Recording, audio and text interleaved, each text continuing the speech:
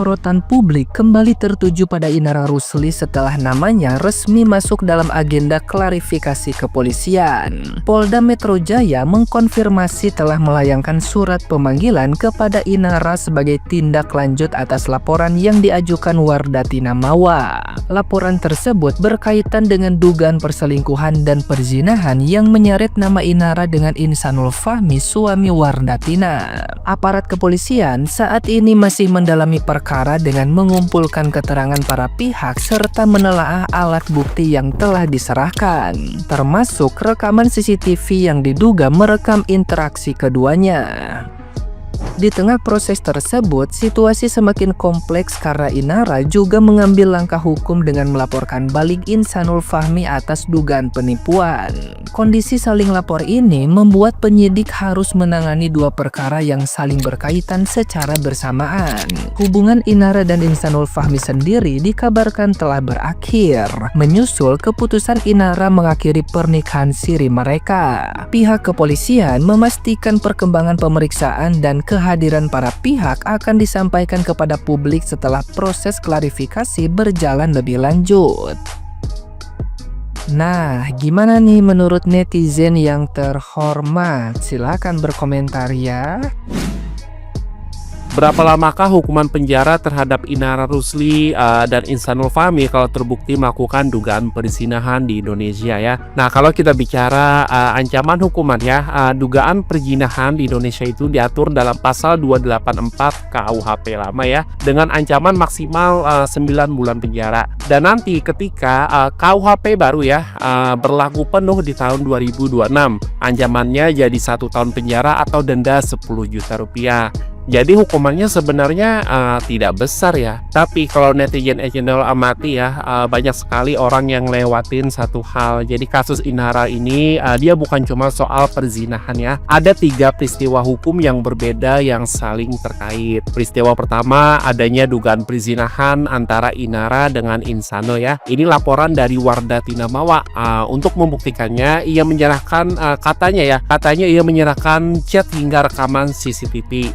Masalahnya muncul ketika CCTV itu diduga kuat ya berasal dari rumah tinggal Inara Rusli, ruang privat yang dilindungi oleh undang-undang. Kemudian peristiwa kedua yaitu adanya dugaan illegal access dan pelanggaran privasi. Karena gini, CCTV itu dia termasuk data elektronik privat ya kalau yang ada di rumah. Jadi ada prinsip dasar dalam hukum ITE ya, alat bukti elektronik harus diperoleh secara sah. Kalau aksesnya tidak sah ya, rekamannya itu tidak hanya bisa gugur ya, tapi pihak yang mengakses atau menyebarkannya kemungkinan bisa terjerat pasal akses ilegal dan pelanggaran privasi. Nah, tujuan dari prinsip ini sederhana banget sebenarnya ya, supaya orang itu tidak sembarangan melanggar privasi orang lain hanya dengan alasan ingin membuktikan sebuah dugaan. Kemudian peristiwa ketiga, dugaan penipuan status duda oleh Insanul Fahmi.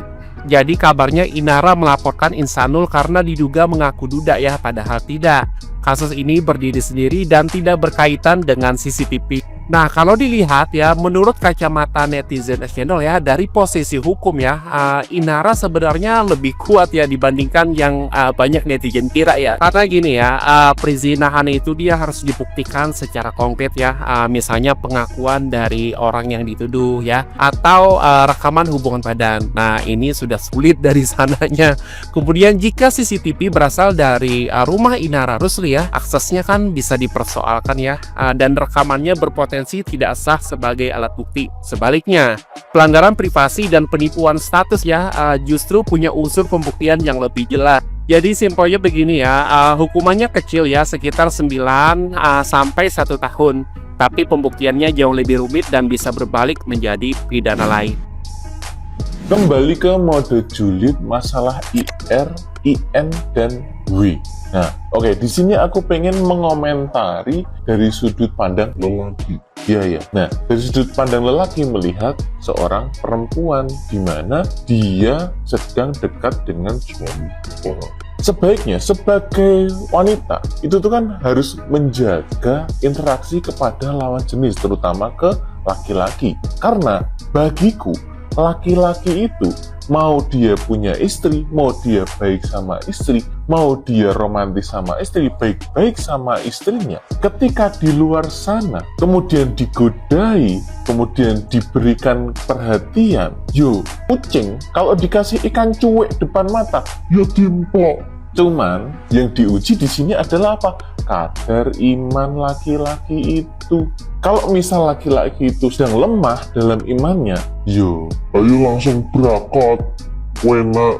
Maka dari itu sebagai perempuan, ketika ada laki-laki asing, seharusnya, apalagi dia adalah suami orang, kalian harus pasang barier, kalian harus pasang jarak sepanjang-panjangnya, jangan malah jadi penggoda. Kasihan istrinya di rumah. Ya kalau misal mereka sedang tidak ada masalah, kalau lagi ada masalah, terus aduh, istriku di rumah lagi tidak romantis, istriku di rumah lagi marah-marah. Nah ini, aku ketemu nih sama cewek yang baik. Cobalah ya. Nah ini, otak laki-laki itu biasanya kayak gitu. Cuman yang jadi beda adalah imannya. Nggak peduli dia itu Gus Ustadz, Habib, sering ke kajian atau apa. Ya ibarat kucing.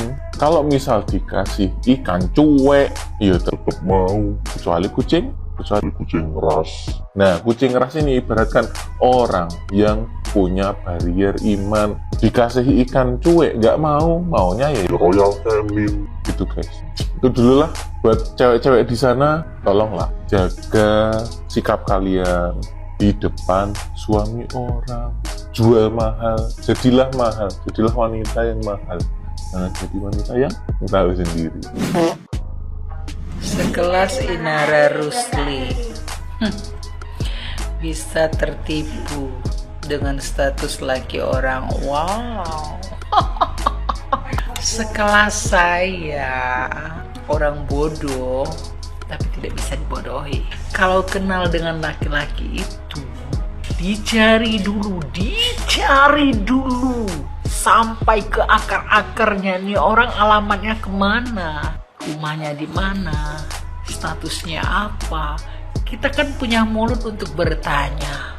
Masa udah di EW, sampai udah di EW, setelah video viral ke gap, kiku baru merasa ditipu.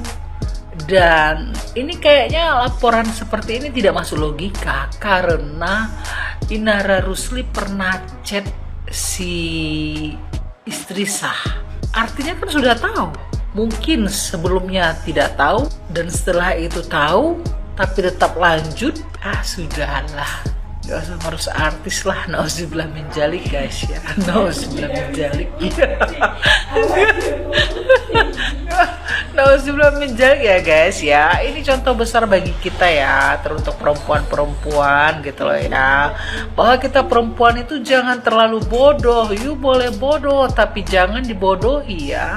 Jadi kalau kita kenal dengan laki-laki, mau dia tinggal di ujung Kulon, di ujung Sabang, Maroke sana, kita harus tetap telusuri dengan teliti. Apalagi sama-sama di Jakarta misalnya, masih wilayah-wilayah, suatu mustahil. Apalagi pernyataan si laki-lakinya sudah menikah gitu loh. Emang menikah siri itu nggak pakai KTP nggak tahu juga sih, saya nggak ada pengalaman ya. Oke lah, sudahlah, yang terpenting jangan ditiru ya guys ya.